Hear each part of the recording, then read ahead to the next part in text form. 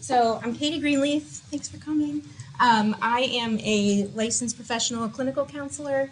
I have a practice in Huron, it's a little far, but I also practice in Rocky River, and I do coaching as well. So we're going to kind of jump right in because this is like a heavy topic. Not heavy, but there's a lot of information. So I would say in a perfect world, I would love to have 3 days to teach this. It's my favorite thing to teach, but I kind of try to give you a good balance of an overview, practical interventions, but also a little bit of the philosophy or research that goes into my interventions, so that you can then kind of break off and create your own or modify the way that you need to. I just feel like that's empowering. I don't like for my clients to rely on me. I like to pass it off as quickly as possible. So, all right, we're going to jump right in. If I'm walking around too much, just tell me to stop.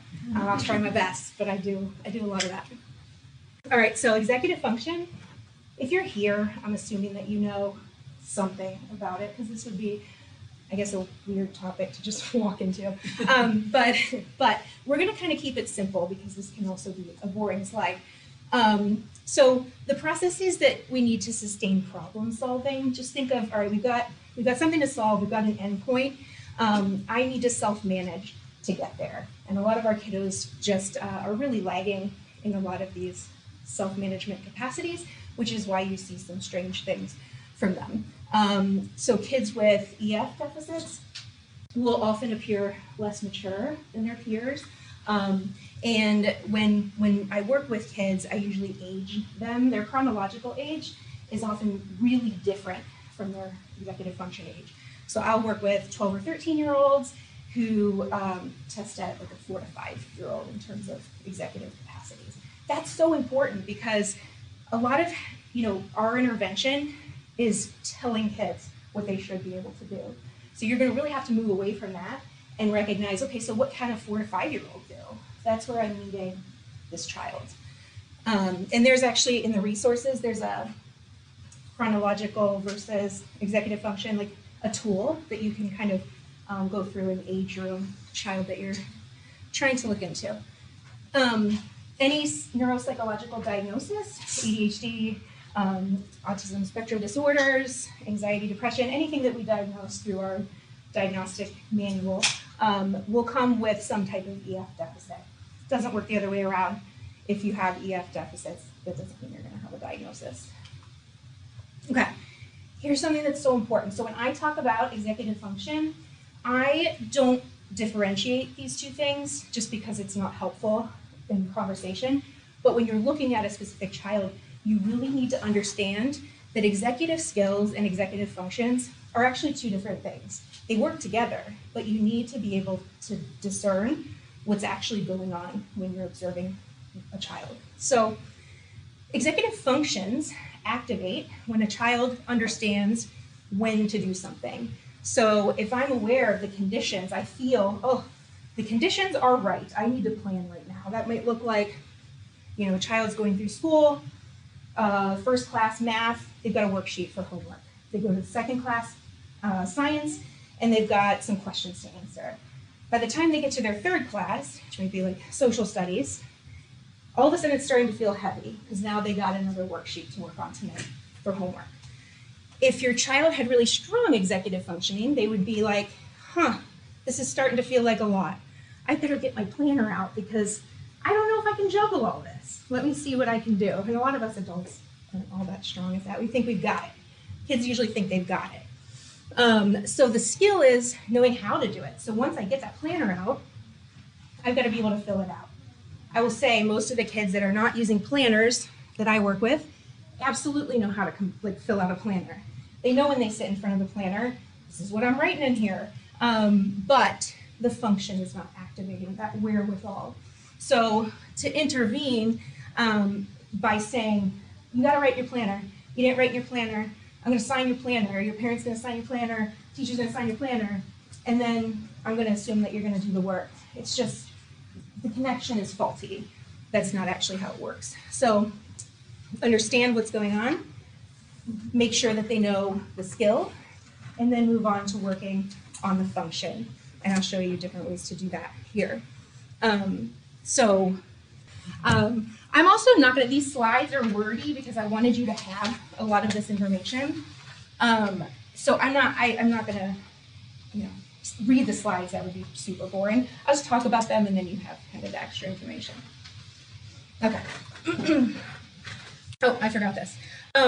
So when it comes to, I'm going to touch on the planning function as an example. So if you notice that the function is not activating, using planning, what that intervention would look like is you would be talking these things out loud.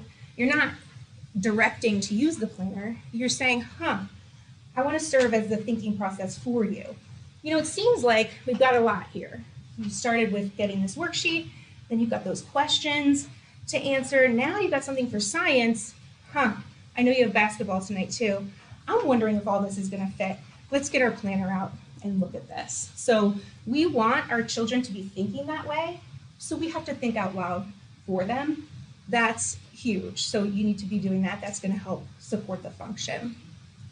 So appropriate EF intervention does not demand independence. So what I mean by that is, kind of mentioned it already, you're not saying, and this sounds like nails on a chalkboard when I hear this. Hey, next year it's going to be more complicated. You're going to middle school. You got to know how to do this. You better do it now. Like, you don't want to wait till next year. They're going to be really hard on you. Or you don't want to remind and say, why aren't you doing this? We know this. Just kind of reminding them they have to do. They know they have to do. You can skip to the next thing and just start to help.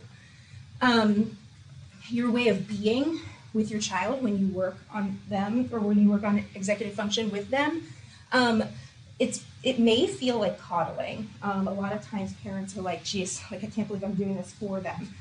If there are tasks that you're working through and you want them to think with you, if there's writing, you do the writing. If you need to pull out something to take notes on, for older kids, a lot of times they need to contact teachers when we're working with them on homework.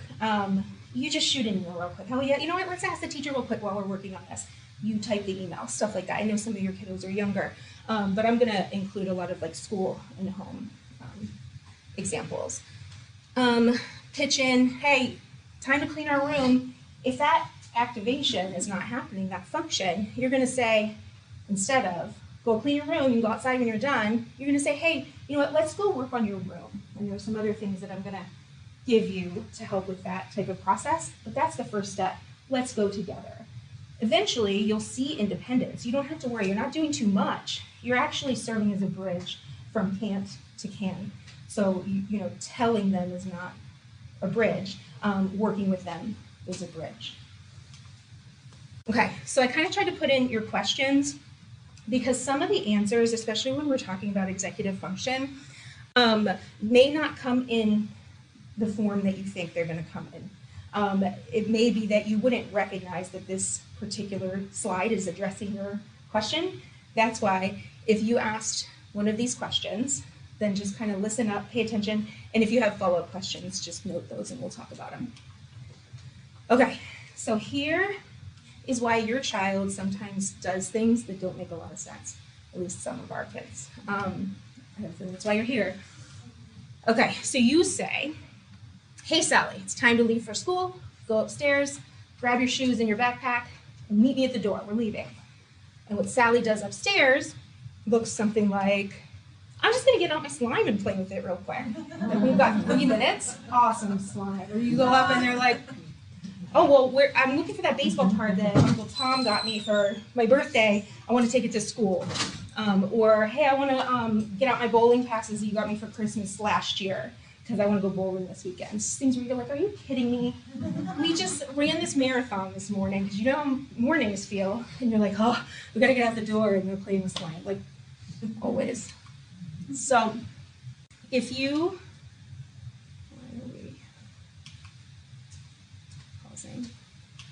okay.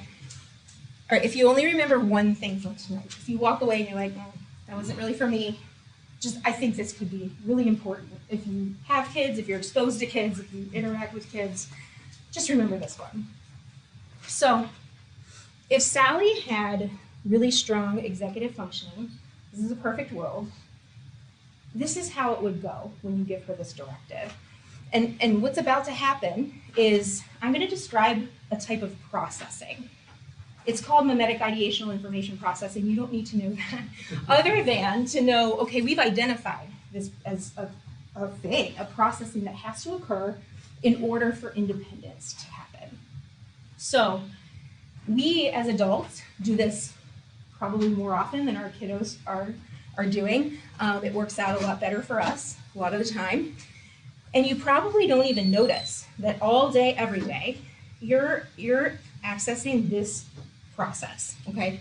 So, hey Sally, giving you this directive here. What happens first is your nonverbal working memory activates. So you hear a lot if your kiddos are assessed for executive deficits, you will hear probably an assessment on their working memory. Memory, I understand memory, right? But working memory is a little bit different than just recall. We spark a picture, an image. So what Sally would do is she would imagine the room that she's about to go to. It would just spark a visual of the time and space that I'm about to enter. I know that I have my shoes and my backpack, and I know where to find them. Got it. You've got the clear picture, okay? So then and only then does Sally move to this second part of processing. And this is happening in a split second. I'm just breaking it down in steps so that you understand. Then we go into this if-then thinking, contingency planning, understanding the conditions, and then what may occur, any adjustments that we need to make. Now, Sally, who's struggling with executive function, might say, yeah, so I guess I'm gonna go and, oh, my slime's upstairs, I'll just go get my slime. Like anything that you said, that's not in my visual. I'm thinking upstairs, I wanted to get my slime. But strong executive functioning Sally would say, okay, if I'm supposed to meet her at the door, it must be time to go, I'm gonna hurry. Okay, so some type of contingency plan. And then the third part, we move on, if and only if we've gone through the first two steps, her verbal working memory would engage. So first one is nonverbal, the picture, verbal. It's in the form of self-directed talk. It's kind of like that voice in our head that we joke about, like, oh, the voice in my head told me to do it. You really do have a voice in your head. It's that self-directive voice, and it's saying to Sally, okay, go. And so Sally goes. She's not prompted to go. She's not reminded to go. It activates that she goes.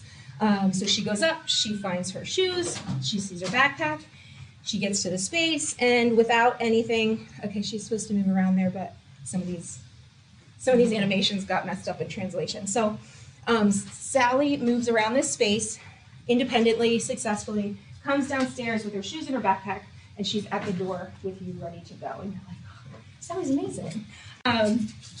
So this self-directed talk also looks like a lot of other interventions that are standard for us. They feel very familiar because we use them all the time. Lists, verbal prompts, reminders, put a Post-it there, why didn't you do it? I left you with a chore list when I left. I said, just get them done when I get home. You had 8 hours, why didn't you do it? Processes, I always think about like kindergarten classrooms. I get really overwhelmed when I walk into a kindergarten classroom because there's just like signs and lists threw up all over the place. It's like they can't read. Like, why are we having like class values? And at least till a little bit later probably, but what does that translate into? That's, morning work. Like, let's put this list of things that you need to do. It just doesn't translate because we're intervening on this third step. We're not giving kids a chance to start this process. We have to create conditions where they're encouraged to develop the visual that they're going to be able to work off of. So the more we prompt, the more we remind, the more we make lists, the less opportunity they're going to have to develop this processing. I hear a lot, why is this a new thing? I didn't have executive function coaching when I was little. Our worlds are getting more sophisticated. Classrooms are kind of pushed back into preschool. One of my friends asked when my kid was 4, severe ADHD, couldn't sit down, couldn't go to play dates, just with this one familiar friend that I wasn't embarrassed to go do play dates with. hey, do you want to put our kids in Mandarin lessons at 4? He couldn't. I'm like, have you met him? Like, that's not gonna, you know what I mean? So it's like when we're sitting kids down at a really early age and teaching and expecting, like, pay attention, and now you're gonna produce, it kind of takes away. That's why imaginative play is so important. We say it sounds good. It sounds, I may not know why I'm saying it, but yeah, like, kids should play. Imagination is good. Well, that's why, because you're going to have really strong processing, because you get to constantly go back to this visual. I think about middle school sometimes, and it, like, makes me cringe now, but it's like we're on, we had the call waiting where you had to click over to the other line, and so you have a friend call in, and then you get, well, if you were fancy, you'd get the 3-way calling, and you'd be like, oh my gosh, so tomorrow in study hall, I think this boy likes me, so, like, if you pass him the note, and then I'll just walk by, and so you're, like, visualizing this time and space that's not here, it's not occurring. That mental dress rehearsal is so critical. So that's what I'm going to get into here. We want to do mental dress rehearsals with kids as much as possible. It's probably the most important intervention that we can do, and we'll get into that. And then actually I wanted to mention this, because this is another practical intervention that you can go home and use tonight. Hey Sally, it's time to leave for school. Go upstairs, grab your shoes, grab your backpack, meet me at the door. That's very directive. We could use that with strong EF Sally, because she doesn't need the visual, it's happening on her own. But for kids who are not sparking this visual, we need to give them an opportunity to create it. So I would probably say, hey Sally, we're getting ready to walk out the door. When you meet me at that door, what will you look like? What's gonna happen? Well, I guess I'll have my backpack, my shoes, and you can have a photo. So I use a lot of photos. I'm matching Sally ready to leave with the current Sally. Does it match? Nope. What's missing? Oh, my shoes, my backpack. I better go get it. So that declarative language, you can be creative with it. Hey, I know you're going to this birthday party on Saturday. You're feeling a little nervous. What do you think's going to happen when you walk in? Who's going to be there? What kind of mood are they going to be in? Just kind of setting the stage. Let me visualize the scenario. So this, I think, is so important, because all of a sudden, kids make sense. At least for me, when I learned this, I was like, oh, like, it all makes sense now. I woke up, it's a new life, I get it. So hopefully that kind of helps you understand your kids. And when you just need to be creative, if I'm not here to tell you what to do instead of the verbal prompts or the lists, be creative, create a visual. Use as many photos or sketches as you can. Clip art does not support nonverbal working memory. When we do visual schedules and we use all the clip art, it's a missed opportunity, because that's not helping to spark that. If you can get real photos, always first choice. Good second choice if you only have access to it is like a sketch or a drawing. If your child can do the drawing, that's even better, but it's not necessary at first. You can provide it if that's where you're meeting them. So again, tools and strategies centered around visuals. Again, I like to use planning because it's pretty straightforward when I go for examples. Planners. Here's one that you wouldn't use, because look, it's like a glorified list. I think, the school planners, I don't think I've ever seen a school planner that is helpful for executive function, because, and so it never surprises me. I mean, planners is like, I wait to mention planners when I start working with a family, because they're such a source of stress and contention. I think schools, they're beautiful, the planners that the schools give, but it's like they could save a lot of money and just give a blank sheet of paper, and it would work the same. So what you want to use is something that facilitates a visual of time. So we're going to go more into time, but let's start basic. Need to do, want to do, you'd probably be helping to kind of gather all the tasks, be thinking that out loud. They'd all make it onto the list. And then we want a time block. So I need to make these chunks visual. I need to see how large these chunks are, what they look like in perspective with each other. And as soon as I can kind of get that visual, I can do this mental dress rehearsal and walk through the day. Okay, so when I leave school, I'll get home at whatever time. I've got this is my homework. Oh, wait a minute. I gotta leave because I have cheer practice. I better get a snack. I would have been really hungry. So we just start that contingency planning. I've got the visual. I'm walking through. All of a sudden, I see holes or I see inconsistencies. And again, for the younger kiddos, you're going to be talking through those. Okay, it looks like when you get home, this is what you're going to be doing. What do you think you do next? Okay, we have it here. We're creating this together. Again, let's talk through the process. This is one of my clients. She's gotten really good at it. I'm proud of her. So can I use your planner photo? She's a little bit older. Okay, so again, planning, prioritizing. Young kids can do this. This might look a little too sophisticated. I have parents who they'll take a roll of that contact paper. Is that what it's called? That big, like the brown paper that's on the big rolls. I don't know what it's called, but you know what I mean. Craft paper or something.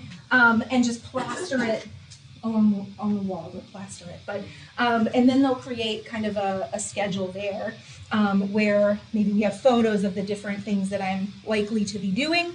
And hey, where do we want to, like, we get home from school, and then here's your snack. What do you want for a snack? We've got those pictures, and we're just kind of arranging things.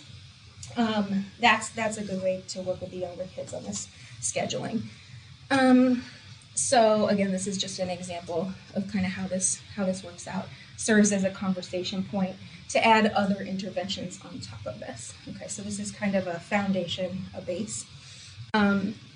If the day goes off track, it's fine. A lot of kids don't want to fill out planners because then they're held to it. Like, I don't know how that's going to play out. And if I put that down, you're going to call me out because I'm not going to do that. So the idea is, hey, this gives us data. Tomorrow, before we start this again, we're going to look at how yesterday went. So self-evaluation is a major principle of executive function.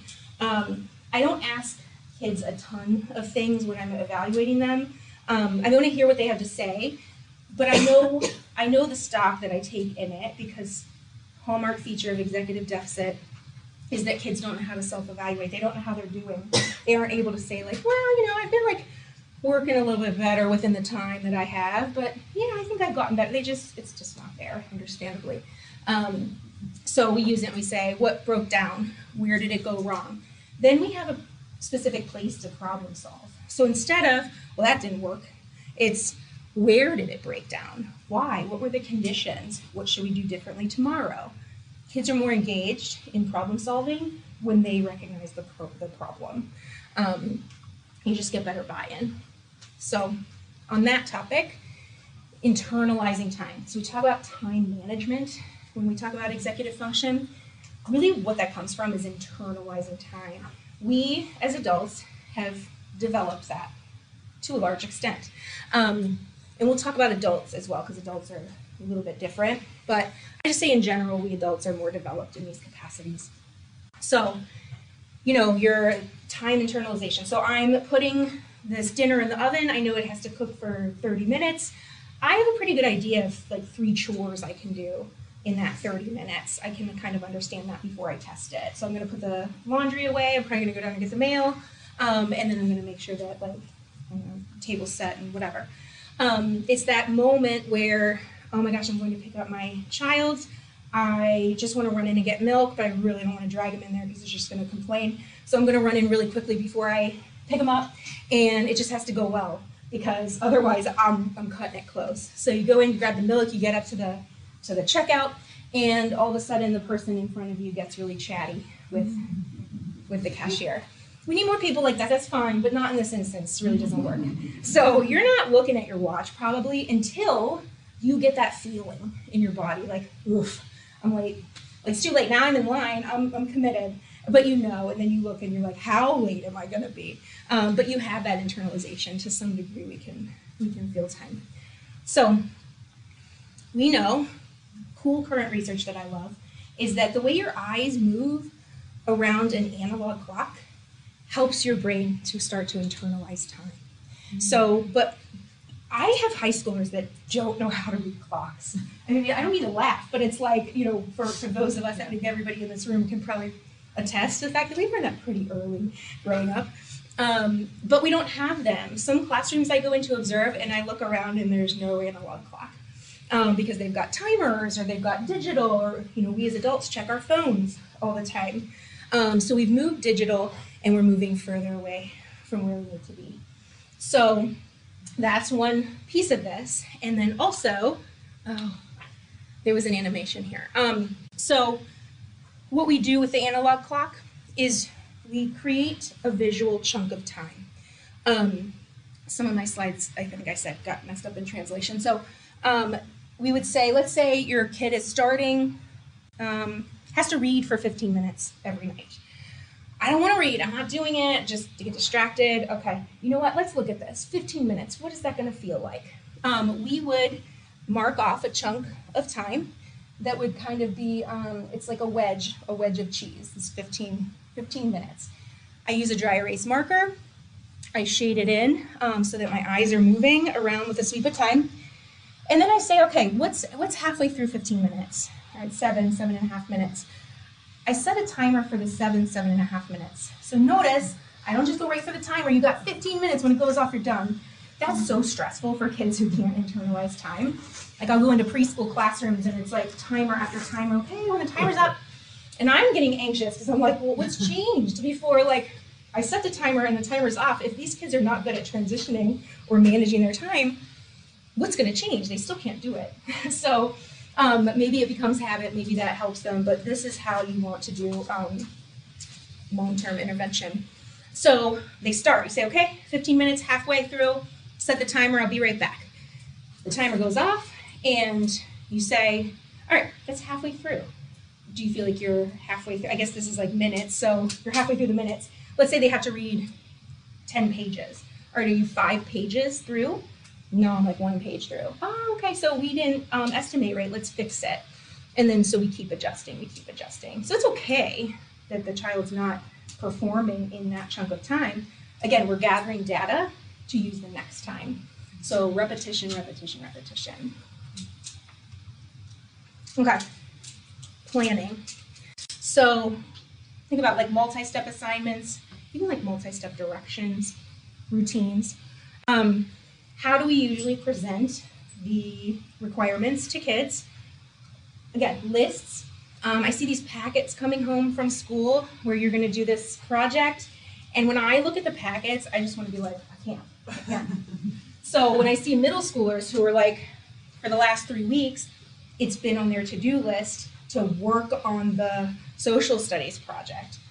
Working on it does not spark a good image. And all it feels is like, it's too much, I don't even know. I'm just gonna do something else. So we say, you had 3 weeks to do it. Why isn't it done?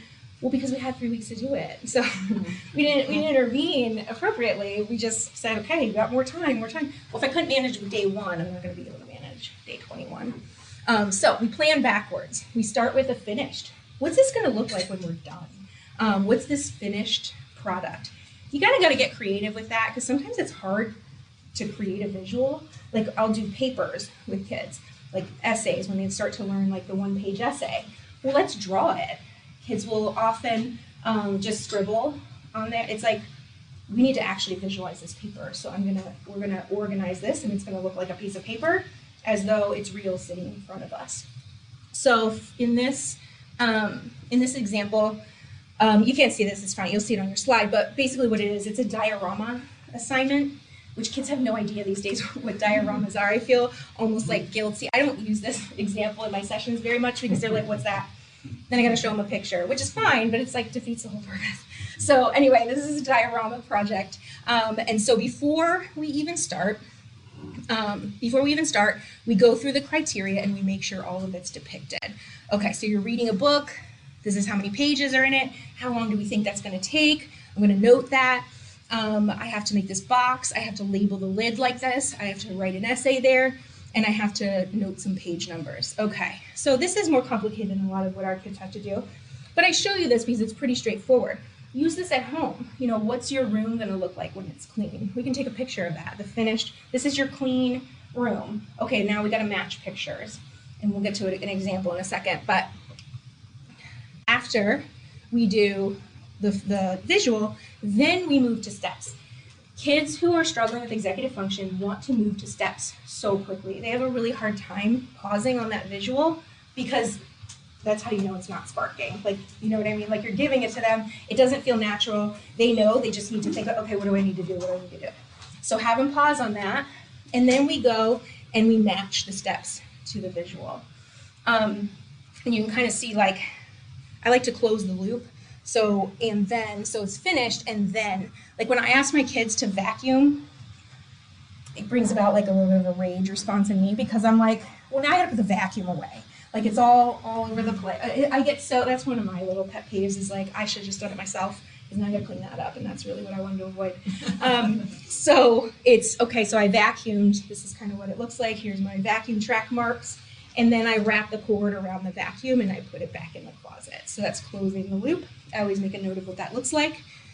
The steps, and then the maybes are kind of like contingency plans. Okay, well, I don't know, like, if it takes me longer to read the book, then I probably am going to have to expand my plan. You know, just whatever kind of comes up, make a note. Again, you're helping a child create a visual. So I know, like, some of this stuff, I'm giving you so much. This is, like, what I'm giving you tonight is an overview of probably like 6 weeks of coaching. So keep that in mind. Like, if it's a little bit confusing, you'll have my contact information. Just, like, call me. We can kind of talk through some of it. So try not to get frustrated, because it's hard. So again, so example, cleaning your room. This is probably, I would be surprised if a family didn't come in to work with me and I'd be surprised if they didn't bring up the room cleaning. It's such a source of contention. And I realized firsthand at home, like, and it seems obvious, but I'm thinking, it looks clean to me when it's a certain way. How can you not see that that's not clean? So I would, I'd think that, like, what do you mean it's clean? Kids saying it's clean, and you're like, it's not, and then you're arguing about the fact that it's not done. What you're really arguing about is the fact that you see clean differently. Like, my version is not your version, right? This isn't funny. I just felt like this was funny, because, like, what if you asked your kid to do that? That would be funny. But I say that because I'm going to probably sit down with my child. I'm going to look at the after photo, as much as you can, like, sketch it, or maybe it was clean at one point. But that's going to be, like, you kind of have to back up sometimes. So if you're like, you got to clean this room, and it's actually like, you got to clean this room, take a photo of it, and then we go and we start, like, okay, let's talk about cleaning this room. So this is just kind of another example. I don't really need to stop on that, but then I'm looking at, this is the current situation. Here's the finished situation. What do we do to match these photos? Okay, again, working backwards. Okay, so things like planning, staying on track, mastering routines, identifying and removing. It is hard for your child. That takes a lot of conversation. You don't want to jump to assuming that. We want to have conversations with our kids as much as possible. Again, help your child do mental dress rehearsals. Okay, look, this is a chance for you to go through this in your head. If we make mistakes, there's no consequence. Nothing breaks down. We get to pick out times where it might be hard tomorrow when you go to do this. 90% of like tasks occur in our minds first before we get to the time and space where it's going to occur. We as adults. For kids, they get to the time and space, and then they think, what am I doing? Because they're not doing that mental dress rehearsal. So they're going to be much more successful, or likely to be more successful, especially over time, if you do that mental dress rehearsal first. Tapping out. So when you start routines, like I like to do this especially for morning routine, evening routine. Before you start every single day, you're going to take out a visual that you've created, which I'm not an arts and crafts type person. I left that up to preschool. That wasn't my strength. And so sometimes this is hard for me, creating some type of visual that resonates. So whether it's like you could do like a blueprint of your house, but that doesn't translate. I would go take like photos, try to arrange them, like this is upstairs, this is downstairs, so the spaces that your child's going to be navigating. Before they do the routine, before they start, we sit down and we're like, okay, what's this going to look like? Show me what you're going to do, where you're going to go. And you want to have them tap, okay, so I get up, I go over to my dresser, get my clothes on, I go get my shoes on, I go brush my teeth, I go downstairs, I get my breakfast, like over and over every morning. Mornings are already chaotic, but think about if I put these interventions in place, then eventually they're not going to be chaotic. Or I could keep trying to tell them more and more, and it's just going to be like this indefinitely. So you're adding a step to your morning in order to be able to subtract a lot of steps from your morning. We went over those. Okay, so I just gave you some examples of things that we've used. Okay, the desk is messy. Parents go in and clean the desk just to make sure that like, oh, look at my kids looking messy. You can clean the desk, take a photo, print it out, laminate it, stick a little picture inside of the desk. When it's time to clean the desk, your child can match the photos. Hey, does it match? Just teacher can kind of prompt, match. You can do that all around the house. When you do, I should have mentioned this, when you clean rooms, break them down into zones. It's too much to walk in and be like, I gotta clean my room.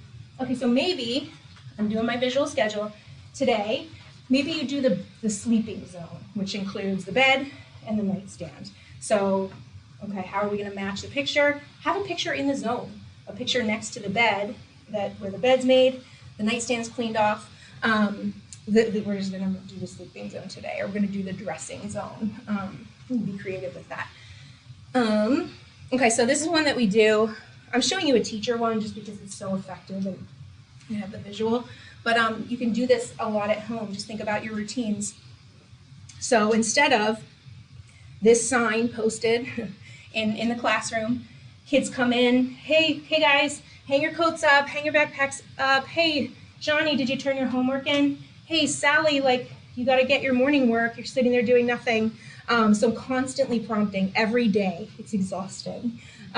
So what we did was we took that list and replaced it with visual prompts for each one.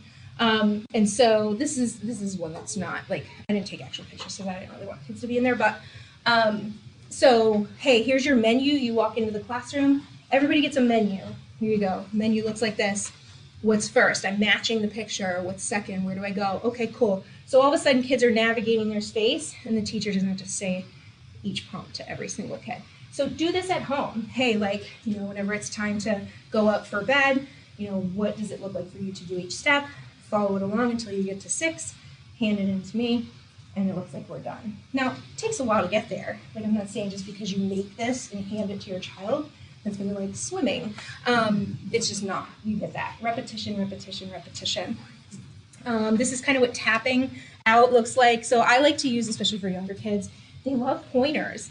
And you're like, so I had a kid that was like, I just want to buy a bunch of pointers. I'm like, well, you need one. Like, you don't have, like, what can you do with a bunch of them? He's like, point. I'm like, can't really argue with that, right? So just like a little, like, here's where I'm going to go, move it around. And a locker example, so just kind of see, just translate it to whatever environment you're looking to address. Okay, keep this in mind. Behaviors, meltdowns, defiance, like when your kid looks bad, like just not at their best by any means,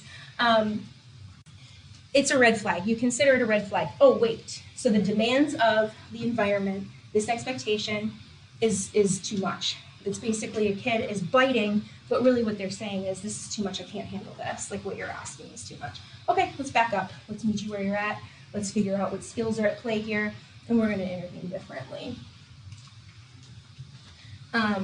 So I say that because a big question, I feel like for a lot of what I do, talks about behavior, and people will always say, yeah, but, so we're looking to prevent it. It's problem solve. Yeah, but what do I do when they're melting down? Ease up. I guess your only option. You're not going to correct it in the moment. Once your kid's defiant, once they're melting down, it's not going to be like, oh, let me implement this strategy. We're not going to do it. It's just not. So you're going to say, oh, ease up, like ease off the gas. What's going on here? Give the kid a cookie, right? Like, I want a cookie, no cookie. We're about to eat it. I want, like, melts up, here's a cookie. Like, you're not teaching them that that's how they get a cookie. You're going to go back and address it. What's going on here? What's leading up to this? How do we prevent this? It's a long process, but in the moment, you just got to ease up and like get through it. Okay, kind of in the same vein, right? How many of these things do you often say? I'm not asking for much. It's a simple chore. It's the least you can do. See, threw a fit. Put it off. Made a big deal out of it, and then it only took you 10 minutes to actually do it. So the next day, you're like, remember, it only took you 10 minutes. It's like, well, it wasn't. That wasn't the problem. Like, that's not addressing the actual problem. This really shouldn't be so hard. I admit to going to that when I'm tired and frustrated. Like, come on. Not to other people's kids. It's like my own. It's not that that's better. Anyway, we get it. Again, that thing where it's like next year, like when I hear that, I almost lose my breath. Like, okay, that's fine if we expect that next year, but like, can we help you get the expectations met this year so that it's a little bit easier? And just kind of speaks to punishing. All right, so if you had these questions, we're gonna go into information that speaks to these questions. You need to know this. One of the more technical pieces here, but so important. When you understand neuroplasticity, I feel like a whole world opens up in terms of what the brain can do, kind of our hopes and dreams and expectations for what we can do when the brain changes. There were studies done, and this is actually in another country because we would have a lot of limitations. We probably couldn't execute this here, but patients who had suffered traumatic brain injury, catastrophic stroke, underwent, this project was doing rehab with these patients who probably otherwise before this would be considered, well, this is it, like this is an injury, we're not going to expect much, there's a loss here. We just wouldn't expect recovery. The way they were able to get recovery in these studies that they did, because what they did was they implemented rehab all day, every day. I mean, to an extent where it's almost, you look at it and be like, oh, it's almost torture to do to somebody. But what they thought was, with what we know about the brain and neuroplasticity, if we do this enough and we know we're doing the right thing, these people are going to recover. And there were just like massive amounts of recovery that we didn't otherwise know was possible. I mean, if you think about it, up until the 90s, we were testing rats. Like, we didn't have a way to look at the brain. And so we were going off of rats to kind of interpret what we feel like the human brain can do. So with enough repetition and intensity, change is possible. So again, your brain has a miraculous ability to change. Everything that you do changes the brain. Everything that you don't do, everything that you feel, your brain changes from the minute you're born until the day that you die. So this idea that the brain is fully developed at a certain age is almost silly now. So we still say that. Like, people are like, well, isn't it true that the brain, developmentally in general, we should expect to be to a certain point in mid-20s.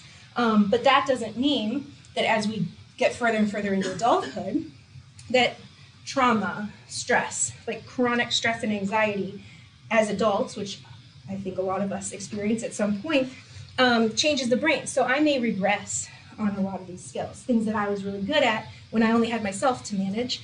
I may not be on time anymore. I may not remember everything when I leave the house, or this is mine. Like, I don't remember if I closed the garage door. And so, like, going back, now I'm late. I put a camera in the garage, so that was fine. Anyway, chemical, functional, structural change. Short-term change is chemical change. If you do these interventions sporadically, like if you're not committing to doing them, you're just going to see a short-term change. Chemical, they'll go back, and we'll regress back to where we are. But after a while, we've got functional change, so the way your brain works, kind of you develop these like neural connections, where your brain wants to work for you. It's like, what do you want me to do? What do you want me to do? I'm listening, I'm watching, show me, show me. So we do something over and over again, it's like, oh, gotcha. I'm gonna make that easier for you. We're gonna do that automatically. It works for bad habits too. Oh, you want a case of beer after work? Cool, we want that really bad now. That's why I sit there like, but I don't want it, but I need it, and I'm gonna do it. Like addiction, right? So your brain can't discern if something's good for you or not, so it's not gonna give you a pep talk like, you sure you wouldn't do that? It's like, no, I know you want me to do that, so we're doing that. So that's functional change. We can back out of these things, but it's harder. That's why doing the work proactively is so important. And then structural change, like if I looked at your brain before all of this repetition versus after, you might see that, the frontal lobes are stronger, they're actually bigger. The emotion center parts of the brain do not work well with those frontal lobes, the logic parts of the brain. And emotion is like the bully on the playground. It's like, okay, I'm thinking, I'm reasonable, I'm anxious, I'm upset, I'm frustrated, I'm escalating. The frontal lobes are like, oh, we're just gonna take a nap. You let us know when you're ready for us, but you go do that. And so I always think, if nothing else, keep your kids as calm as possible, as often as possible. Which means maybe like giving them 6 extra cookies, it's fine. But double sugar. Yeah, exactly. If there's one thing to take from this No, I'm just kidding. I use that as an example because for some reason, and I get it, it's like when I'm working with parents, there seems to be like a line that you can get parents to get to where they're like, yeah, I can be flexible with that. And then you're like, what if he wants 6 cookies? And like he's melting down, like give him 6 cookies. Like you'll deal with it tomorrow, like we'll go back. But do you want to die on that cross? Like that's a really like, it's, it's, unless they're like allergic or something, but you get that. Anyway, I'm getting off topic. So bottom line, any intervention used to improve executive function, repeated, consistent. That's how we change the brain. You will see independence. You don't have to be like, and this is hard because schools will pull accommodations because things improved. And I always say, make sure you look at conditions that may be present that's actually maybe like masking the difficulty. And make sure that we're pulling interventions like at the appropriate time. You will see independence. The brain change will lead to good functioning, stronger functioning, and then the kid will do. Let me see. I'm going to I have to go a little bit fast, but ADHD, a lot of people ask about ADHD. I think these are important things to know when you're connecting the two. Most common form is ADHD combined presentation. So inattentive, hyperactive. There's no ADD. I noticed that a lot of people will come in and say, well, he has ADD, not ADHD. Just so you know, it's all ADHD. Just depends on what presentation. 60 to 75% of people diagnosed with ADHD will be placed in this category at some point. And so observable signs of ADHD present the same way as executive function deficits. Russell Barkley, and I have some resources on the last slide that speak to this. Russell Barkley is kind of known as like the grandfather of ADHD. So we kind of defer, I think, in the field to Russell Barkley a lot of the time. And he kind of advocates for us to change ADHD to like self-management disorder. Like that's essentially what it is. So if there was a diagnosis, executive function deficit disorder, then really we can kind of say self-regulation deficit disorder. It's the same thing. So we say, what about ADHD when you're talking about executive function? It's not all that helpful to differentiate it. It is the same thing. Okay, counseling versus coaching. So I want you to take time with this slide whenever you get your slides. This is a lot of information. But in general, a good coach will understand that, again, repetition, intensity, working with your child on doing things differently, it's not tutoring. It's actually implementing processes that are going to lead to long-term change. So, we've got the question, well, what about counseling, coaching? When do I do one or the other? Coaching is good if your child is not struggling with, anxiety, depression. If like that emotional component is getting in the way of the logic, then you're probably going to need to work on things in counseling, either concurrently with executive function or before your kid's going to be in a good place to develop these skills and capacities. So in general, a counselor who's not strong in executive function could probably make enough progress to get your child to a state where coaching would be effective. But you really want to kind of treat root causes. So this is tricky. I almost feel like this just kind of brings up something that's more confusing. So what about insurance? I know we got that question. Insurance won't cover coaching. There's no diagnosis. There's not executive function, disorder or deficit disorder. So you're not going to get insurance coverage. But what you could do is, if you need that counseling component, a lot of the diagnoses that you probably encounter could lend itself to maybe a referral or a recommendation for like ADHD coaching or something like that. So I always say, like, if you can't get coaching because the finances is like the prohibiting factor, then look into counseling, because probably if there's a diagnosis, that's going to be covered, and then you'd want like a counselor that can address executive function. It's a little bit harder to find. Okay, I'm going to let you kind of go over that. I really mentioned a lot of things that I think will probably kind of make this intuitive, but biggest thing, like, it's not tutoring. I want you to be able to help your child as soon as possible. So I'm going to teach parents' interventions. I never work with just a kid unless they're like in high school or college, but even then, a lot of the parents participate, not in every session, but I want to be able to hand this off so that when they're strong enough, at least they have somebody around them that's going to be able to remind them, okay, remember we need to adjust, go back to how we were doing things before, because as soon as we stop coaching, it's easy to revert back to how we used to do things. I think a good coach works with a student for an entire semester or a quarter, kind of like going through that it's like a cycle. If you can identify cycles where a kid's going to have to address certain tasks predictably, you want a coach that can take you through that entire process. Every brain is different. Like, I really want to hear that a coach is upfront and honest with you about results. If you hear a coach say, well, you'll see results in 3 to 4 weeks or something, I'm not saying they're wrong, but I would probably ask questions about that, just because there really is not a predictable way to say whenever you'll see progress.